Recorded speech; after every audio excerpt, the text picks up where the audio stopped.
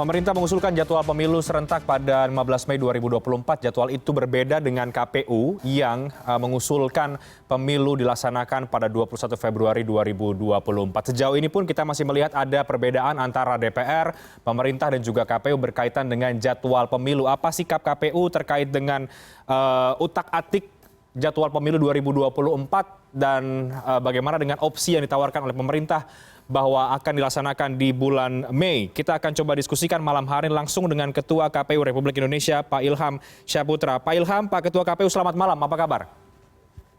Selamat malam, Mas. Baik, Pak Ilham, langsung saja sudah clear tadi pemerintah sejak beberapa hari lalu mengatakan bahwa inginnya pemilu itu tidak di bulan Februari. Sejauh mana kemudian kajian dan juga respon KPU berkaitan dengan opsi yang disampaikan oleh pemerintah? Ya, sampai saat ini KPU masih pada opsi yang sama, tetapi tentu saja kami berusaha semaksimal mungkin untuk kemudian melihat draft yang diusulkan oleh pemerintah, gitu ya. Kita coba kaji kembali, kita simulasikan kembali, sebetulnya sejauh mana kemudian mungkin nggak kemudian kita laksanakan dengan model atau kemudian draft yang disampaikan oleh pemerintah. Karena begini, Mas, kalau pemilu ini di tahun 2024 hanya pemilu, tidak juga kemudian disertai dengan pilkada, saya kira kita tidak ada masalah ya untuk rencana jadwal atau hari H dari pemilunya. Tetapi sekarang kan tentu kita harus melihat bahwa ada pelaksanaan pemilihan, pelaksanaan pilkada yang juga sedang kita siapkan saat ini. Ya, kebutuhan dari pilkada ini adalah bagaimana kemudian partai politik sudah ditetapkan atau kemudian jumlah kursi di setiap DPRD provinsi dan DPRD kabupaten kota hasil dari pemilu 2024 sudah bisa ditetapkan. Untuk apa? Ya, ditetapkan kemudian ketika partai politik mencalonkan diri, ya ditetapkan untuk ada kursi 20% atau suara 25%. Nah, kita khawatir ya, karena pengalaman kami selama ini pileg pilpres kan digabung ya. Kemudian ketika ada permohonan PHPU ke Mahkamah Konstitusi, ini pertama yang di pengalaman kami 2019, MK melakukan proses PHPU terlebih dahulu untuk pemilihan presiden dan wakil presiden. Karena di undang-undang disebutkan ada masa PHPU itu selama 14 hari. Sementara untuk untuk pileg itu tidak disebutkan. Tetapi dalam peraturan MK disebutkan bahwa jadwalnya selama 85 hari.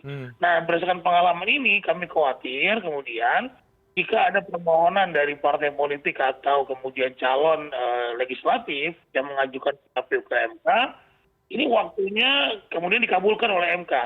Nah, waktunya tidak cukup untuk kemudian kalau dikabulkan oleh MK, dia itu tidak bisa tidak bisa ditetapkan hasil dari pemilu 2024. Sedangkan kebutuhan untuk pencalonan pemilihan atau pilkada ini adalah salah satunya adanya kursi dan suara pada hasil pemilu 2024. Nah, belum lagi kita bicara soal logistik, belum lagi kemudian kita bicara kesiapan partai politik ya untuk mempersiapkan pilkada 2020. Kemudian juga kita harus melihat jika nanti ada putaran kedua pemilihan presiden. Ya, dan jika kemudian nanti banyak sekali para calon yang menggunakan jalur independen, kita harus melakukan verifikasi dukungan dari para calon independen tersebut. Nah, ini kan beban kerja, kemudian juga waktunya kita khawatir tidak memungkinkan. Tetapi selama beberapa hari ini kami terus melakukan simulasi terhadap usulan pemerintah. Nanti kami akan sampaikan hasilnya pada saat closing hearing dengan pemerintah dan DPR. Baik, Pak Ilham. Jadi dari perspektif penyelenggara pemilu, jika pemilu serentak diselenggarakan pada bulan Mei 2024 tanggal 15 sesuai dengan usulan dari pemerintah, ini cukup memberatkan? Ya, sementara kami sedang mengkaji itu. Tapi memang jika acuannya adalah Februari 2021, kami itu sudah membuat perhitungan yang matang terhadap Februari 2021 itu. Karena kemudian di bulan April, awal-awal April itu sudah ada Hari Raya Idul Fitri. Kemudian di bulan Maret kita menghadapi bulan Ramadan ya. Nah tentu di bulan Ramadan dan hari Idul Fitri ini kita sangat menghormati 2 hari ini dan kemudian juga menjadi tidak maksimal pekerjaan kita jika kita majukan di bulan April dan juga di bulan Maret. Hmm. Nah jadi buat kami sudah mencoba terus mensimulasikan apa yang diterapkan oleh pemerintah ini. Dan nanti kami akan sampaikan apa kira-kira yang kami perlukan atau yang diperlukan dalam rangka setelah kita simulasikan gitu ya. Hmm. Apakah perlu ada apakah nanti usulan kami kemudian ada revisi terbatas daripada undang-undang misalnya saja, atau kemudian juga ada perpu Baik. terkait dengan mungkin masa pilkadanya itu bisa dimundurkan atau bagaimana. Nanti kita akan berikan pandangan kita pada saat konsinyering nanti. Oke, kalau mengutip apa yang disampaikan pemerintah lewat Pak Menko Polhukam, Pak Mahfud MD, justru tanggal yang dipilih pemerintah itu tanggal yang paling rasional menurut pemerintah. Tanggapan Anda bagaimana, Pak Ilham? Ya nanti saja, artinya kita kan saya belum lagi melihat secara detail bagaimana rasionalisasi yang dilakukan oleh pemerintah terhadap tahapan pemilu 2024 yang hari hanya pada bulan Mei 2024. Nah nanti kita lihat saja apakah kemudian itu bisa memungkinkan. Tetapi sekali lagi teman-teman sekalian, Mas ya, bahwa kita sekarang ini sedang mengkaji terus dalam beberapa hari secara intens terhadap usulan pemerintah tersebut. Jadi kita belum bisa bilang bahwa apakah itu rasional ataukah itu malah lebih baik, kita belum bisa bilang. Oke, jadi sejauh ini memang antara KPU, pemerintah dan juga di DPR, karena di Komisi 2 DPR kan juga terbelah ya, Pak Ilham, soal sikap kapan kemudian pemilu dilaksanakan. Ada yang kemudian setuju dengan jadwalnya versi KPU, ada yang setuju juga dengan jadwalnya versi pemerintah. Artinya saat ini betul-betul kajiannya harus diteliti sangat dalam oleh KPU ini, Pak. Betul. Dalam beberapa hari ini kami sedang merumuskan itu, ya. Kalau kita menjalankan pemilu di seperti draft pemerintah, bagaimana konsekuensinya, apa yang harus kita lakukan. Kemudian juga apakah memungkinkan juga kita tetap menjalankan pada bulan Februari tanggal 21. Nah ini sedang kita kaji kembali, kita bandingkan. Malah kemudian nanti bisa juga ke Maret atau April gitu ya. Nah ini juga yang kita kaji kembali. Tapi kalau Maret April tentu ini dekat sekali dengan hari raya. Nah ini tentu agak sulit buat kita untuk bekerja secara maksimal. Karena tentu umat Islam akan fokus kepada ibadah Ramadan dan juga nanti Idul Fitri. Nah jadi sekali lagi segala kemungkinannya sedang kita kaji, sedang kita berikan kemungkinan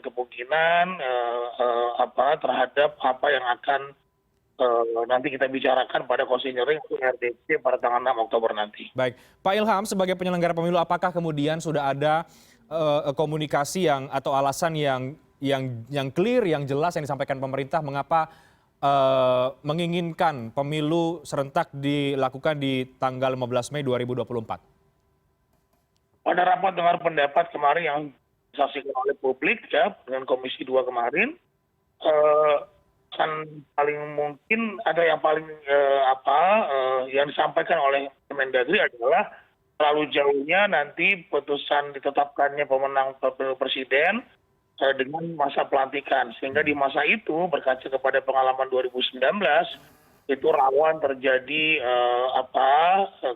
demo atau kemudian stabilitas politik agak sulit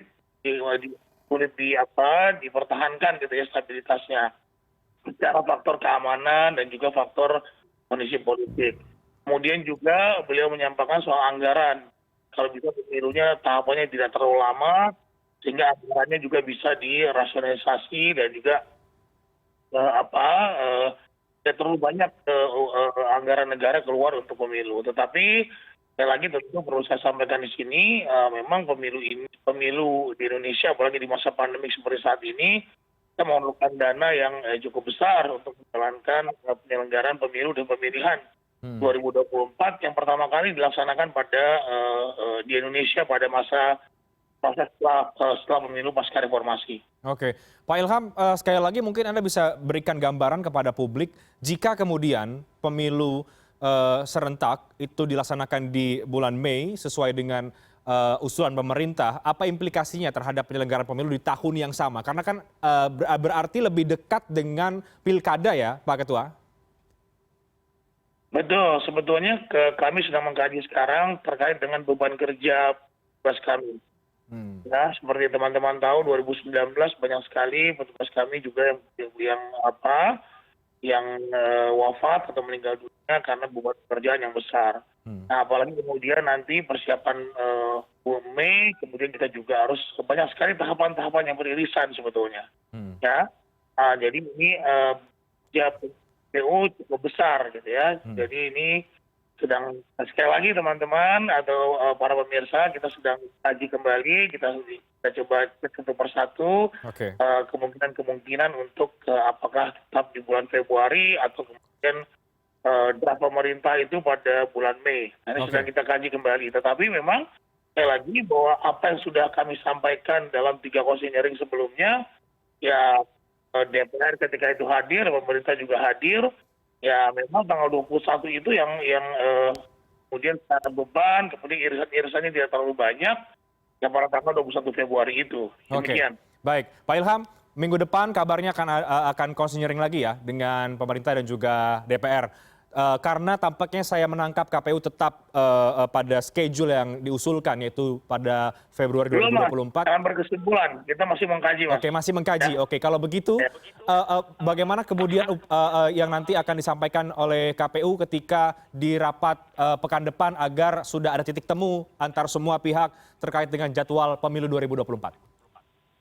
Ya tentu kita akan coba sampaikan ya beberapa hal jika kemudian bulan Mei apa yang harus dilakukan gitu kan, kalau tetap bulan Februari apa yang harus dilakukan, dan beberapa pilihan-pilihan dan kemudian konsekuensi dari draft dari pemerintah jika dilaksanakan.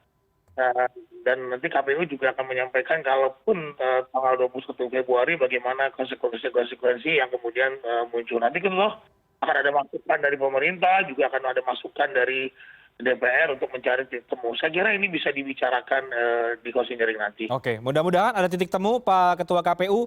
Kita akan tunggu, publik akan menunggu bagaimana kepastian antara penyelenggara pemilu, pemerintah, dan juga DPR untuk kepastian pemilu di 2024. Terima kasih banyak Pak Ilham Syahputra, Ketua KPU Republik Indonesia, sudah bergabung di CNN Indonesia Newscast malam hari ini. Selamat malam, sehat selalu Pak Ilham. Sama-sama, selamat malam. Kami akan segera kembali saat lagi tetap di CNN Indonesia Newscast.